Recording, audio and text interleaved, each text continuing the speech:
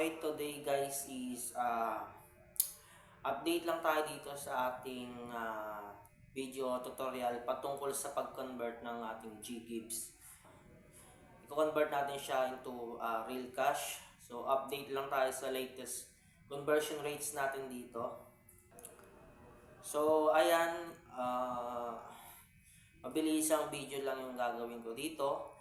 At para sa mga may offer ng GGives is pwede nyong i-convert yan sa akin at i-convert natin siya into real cash.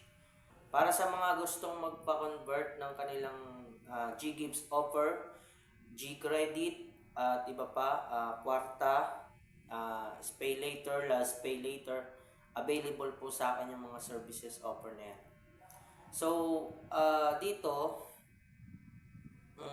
sa pag-inquire, ilalagay ko na lang dyan yung mga social media platform dyan sa baba. Yung link, kasama na po yung mobile number, Facebook account, Telegram, and WhatsApp, and other social media na pwede nyo akong i-contact.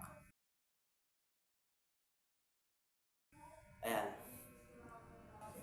So, dito, minimum po natin sa pag-convert ay 3K sa GGives. Ayan, depende po yan sa minimum spend nyo. 3,000, ayan, ang conversion rates po natin dito is siguro nasa 20% po yung deduction rates. Ayan. Pwede rin siyang pumalo ng 15% kung mababa yung bigayan. So, kung meron kayong mga GGives offer dyan, pwede nyo akong i-PM directly sa mga social platform natin, no? Ayan.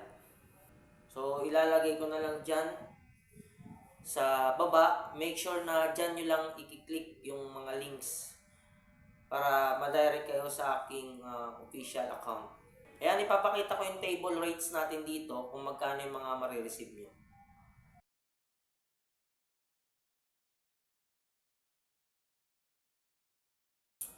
So, ayan lang guys, no, yung mabilisang video natin dito kung paano natin mai-convert yung GGives into real cash, no?